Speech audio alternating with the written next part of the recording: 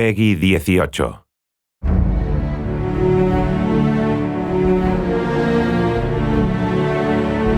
Hi, I'm Jess Finster, Community Director, and I'm here visiting Bethesda Game Studios where the team is hard at work on Starfield. I just want to say how grateful we all are for all of the feedback, support, and questions that you've been sharing with us on Reddit, Discord, Twitter. So we wanted to take a moment to answer some of those questions in our new series. So let's get started.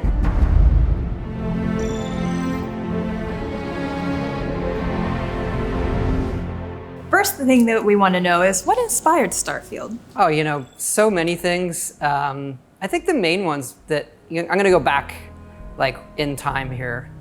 Sundog is a big one. Amazing game, kind of like the science fiction game when Ultimas were out. It also had this parcelless interface, kind of one of the first games where you're moving objects around and putting them together, but great game where you had your own ship and you could explore around that I loved. Another one, this is a kind of pen and paper role-playing game at the time where D&D was getting popular, is this game Traveler. Traveler was a little more hard science fiction. The other thing there, it's one of the first games I programmed on the Apple II at the time. I really wanted to make a Traveler game. It was also my first time realizing that computers had memory that you could run out of.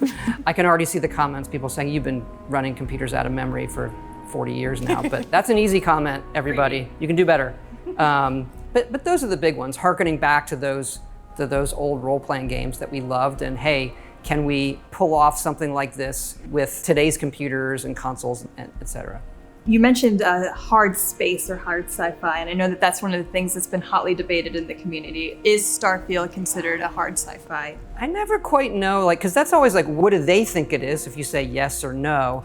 I think it is more hard to us, hard science fiction, where you can draw that line from, okay, here's how man explored space, and you can even look at our ships and say, all right, that has some visual identity back to that. But it's a trap question because it's a video game, right? Like a hard science fiction video game would be you die in space cold. And a good example, we were really into fuel and how the gravity drive works, and I'm reading papers on quantum physics and bending space in front of you. You don't actually warp, you bend the space, you bring the space towards you.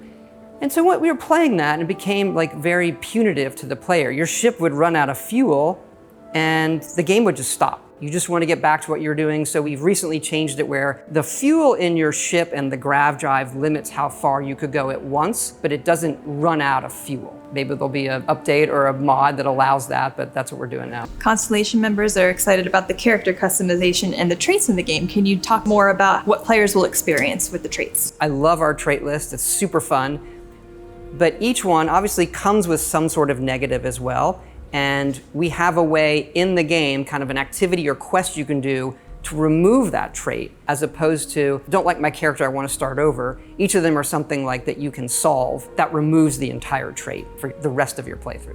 The last question, we have speech checks and dialogue that reflect your character build. Do you want to expand upon that at all? Yeah, look, we've done a lot of different dialogue systems. We've gone back to kind of I'll call it a classic Bethesda style dialogue with you're looking at the character and how they emote. You have a series of choices there. The scope of the game, the amount of content we're making is a bit more than we've done before in terms of quests and things like that, but the depth in some of the stuff with the dialogue, we just passed 250,000 lines. And so that's a lot of dialogue, but we've gone through it and the impact is really there. And that includes my favorite speech persuasion system. You're not talking us out of this score. It feels like it's part of the dialogue, but you're spending points to persuade them.